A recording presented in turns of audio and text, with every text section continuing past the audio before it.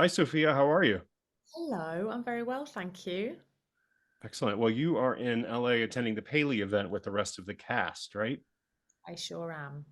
Excellent. That must be a fun opportunity considering when the Loki season two premiered, obviously it was during the pandemic. And no, it wasn't during the pandemic, it was during the strike, excuse me, the SAG strike. So you couldn't really talk about it that much. I know, So yeah. it's It's so nice to be able to finally talk about it, and see everyone again. yeah, Really absolutely. nice. So what was it like watching, this show is such a fan favorite show. What was it like not being able to talk about it, because of the strike, and then, absorbing all that energy around it?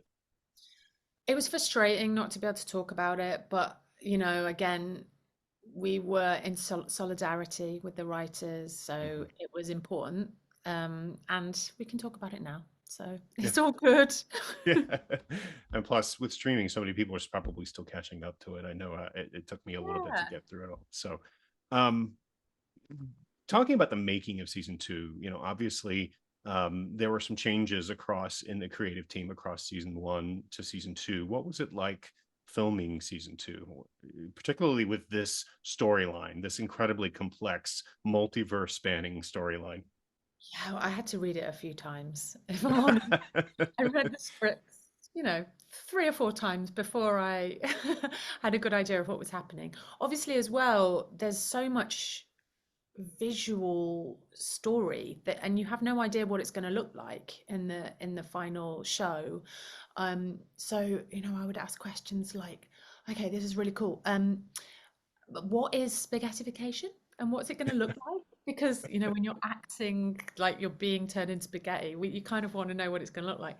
And at that point, they don't know either. So it's like, oh, we don't know yet. We think it's going to be like this, and kind of imagine like it starts in your fingers, and then the rest of you, you know.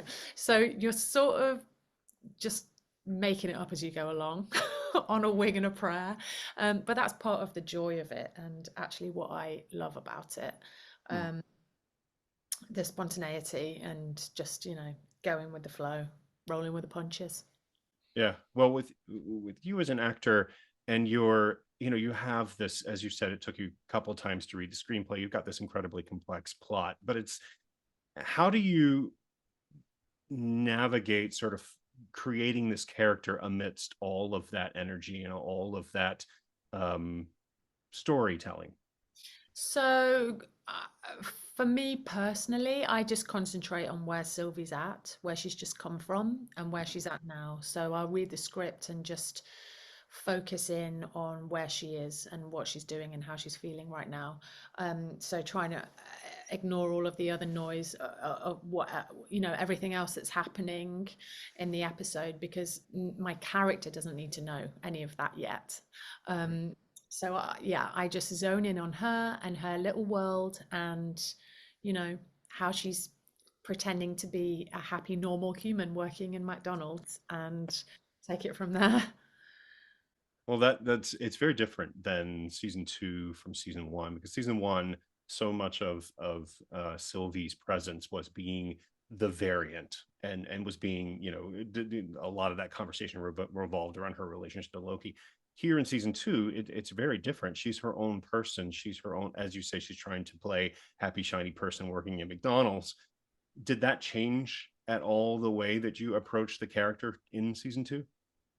The way I approached it was the same, but I found new things out about Okay. Sylvie, Mhm. sure. Um, that she's an outcast, and she'll always be an outcast. And the way that she behaves and lives in that world is, she's trying to assimilate the whole time, but ultimately she can never be nice, normal, happy person. And when this new reality is placed under threat, she has to fight for it again. And Sylvie will always be ready to fight. And I think at her happiest, in a way, when she's fighting for something, when she's got that anger, and she's allowed to act upon it, she's allowed to try and make it right. That's when she's fully Sylvie. Right. Do you consider her a hero? or is she more of an anti-hero?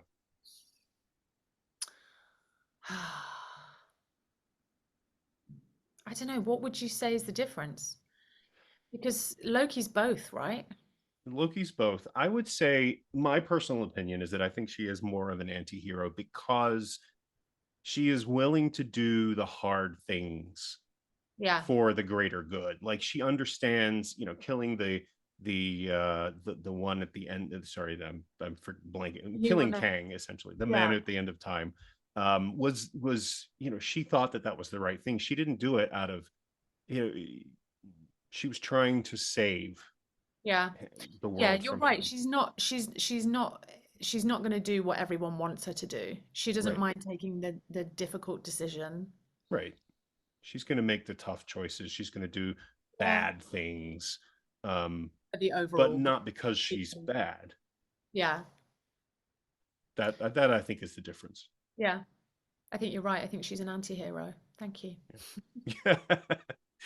um, Looking at season two, so well, in season one, so many of your scenes were like one-on-ones with Tom Hiddleston playing Loki, of course. But now you're a bit more of an ensemble cast. How did you approach that? What challenges did that bring you filming season two? Yeah, it was fun. It was fun to work with everyone else, and it's definitely a more ensemble series. We still get our moments, the scenes in the Mhm, bar or the key lime pie scene where we're in the TVA. I think it meant that those scenes were even more charged and we had to get them right. mhm, Because, there were fewer of them. It's a challenge for Sylvie to have to work as part of a team because she's such a lone wolf. I don't think that comes naturally for her at all. So she's very mistrusting of the whole thing and of everyone in that room. Um, but in the final episode, you see everyone stood together and they are a team, and she's mhm. part of that. And I think she finally understands why it had to be that way. Yeah. What about the logistics of filming in that last episode where Loki is continuing to go back for what I think is hundreds of years to try to get that moment right, to try to get out to the end of that platform and sorry, I'm blanking all the names of the machines, but Mhm. what was it like filming that scene, just doing it over and over and over and over We again? were in that room for like 10 days. Oh my gosh. I ate a lot of nuts. We had a lot of snacks. There was a lot of cabin fever going on. It was very sweaty. Everyone went a bit mad. It's really difficult to sort of get your head around which moment you're in. But for us, it's easier, right? Because we just play the same thing every time. Like we don't know that it's happening for the Right. second, third, 150th time. It That's was true. Tom that suffered the brunt of that. He had to know what stage of the episode he was in all the time. And I don't know how he did it. I don't know how he knew what he was doing. But he did. He knew exactly what he was doing all the time. He was so on it. And not every actor can do that. It's really confusing. Yeah, I get this when I watch his performance and I see him talk about the character. In fact, um, Jimmy Kimmel last night, and he just seems to have this like mad enjoyment about the whole thing. Just this little teeny tiny bit of insanity about him that just everything is just so much fun He loves around it. him. Yeah, he's Yeah, like a crazy puppy. Yeah, he just loves it. He's like buzzing for it all. It's infectious though. yeah. It really, everyone feels a little bit of that when you're on set with Tom. Did your working relationship with Tom change across season one to season two, particularly with the change in the characters? No, it kind of stayed the same. We're the Right. same. Like we're friends and family, and you know, um, if anything, we just learn more about each other and the characters as we go along. So, um, yeah, but the way we work together has been the same right from the beginning. I just Nice. wind him up, he winds me up. We support each other, you know. That's fantastic. Given the complexity of that final episode where everything goes, again and again and again, and as you mentioned, going mad, and the logistics of filming that same scene over and over again, that must have been physically challenging. What was the most emotionally challenging moment for you in season two? The most emotionally challenging moment. There were two. One was the moment in McDonald's where Sylvie and Loki see each other for the first time, and all of the stuff that it brings up from the first episode, all of the unsaid stuff, all of the history between the two of them. So many sparks flying in that moment. That was that was really fun to play. And then the other one is probably the record store, actually, where I didn't even Mhm. have any lines. There was no like dialogue. It was just all um, imagination, you know, Right. imagining my A world lot of for him. vibing in that moment too, kicking back and listening to the vinyl. Yeah, exactly.